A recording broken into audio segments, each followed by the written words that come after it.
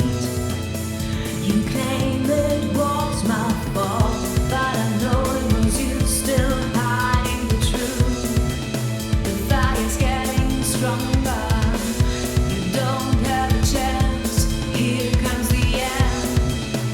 They're gonna get you, babe. Your heart's full of greed, but you never succeed. There's a fire burning out on the street. I can't bear the seat. You claim it was my fault, but I know it was you still hiding the truth. The fire's getting stronger. You don't have a chance. Here comes the end. They're gonna get you, babe. Your heart's full of greed, but you never succeed. And you hear them.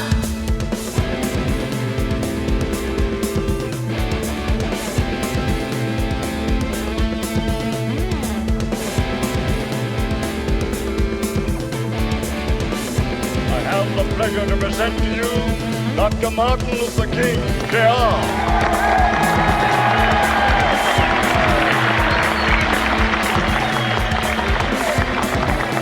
I am happy to join with you today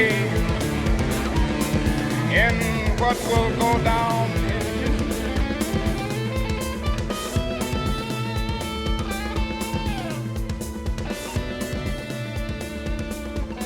The Negro sees only retrogress, and he doesn't find it as easy to get his vision centered on his target, the target of opposition, as he does in the South.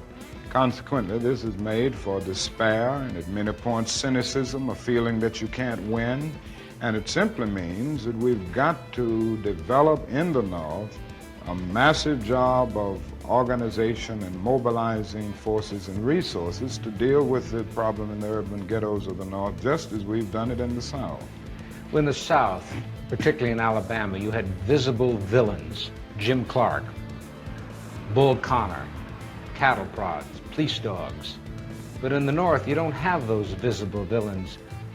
Isn't it hard to get your people aroused and directed at something that isn't visible? Well, that's exactly right, and this is what I was saying when I said it's harder to see a target. In the South, in the nonviolent movement, we were aided always, on the whole, by the brutality of our opponent. It isn't the same way in the North. The other thing is that you don't have legal segregation in the North as you do in the South. So it is much more difficult to get people to see exactly what you're doing, but it isn't an impossible job.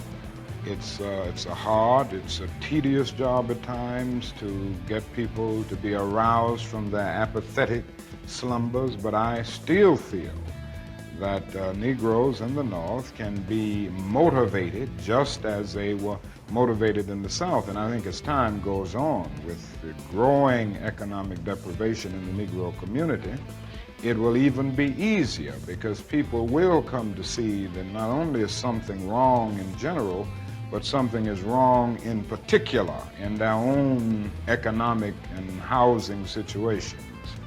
Well, what is it? I mean, how do you find it? It's very subtle in the North, is it not? It's subtle, but it's becoming much more visible. Anybody can see that the schools are more segregated in the North today than they were in 1954 when the Supreme Court rendered its decision declaring segregation unconstitutional. Anybody can look around the ghetto and see that ghetto schools are predominantly segregated and devoid of quality. Anyone who moves through a major ghetto of our country will see the housing conditions. People don't have to be reminded that they are forced to live in slums in many instances, and they're often rat-infested, vermin-filled slums.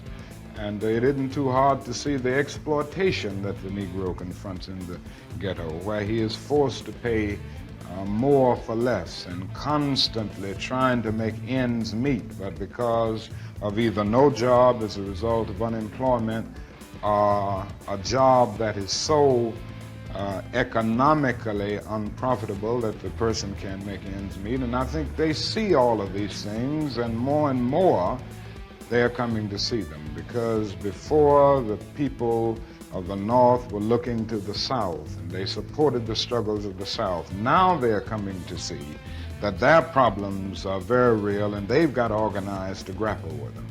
Was there something hypocritical about the fact that the South existed and the North could point the finger? And then when the Civil Rights Acts were passed in the early 60s, you couldn't point the finger anymore?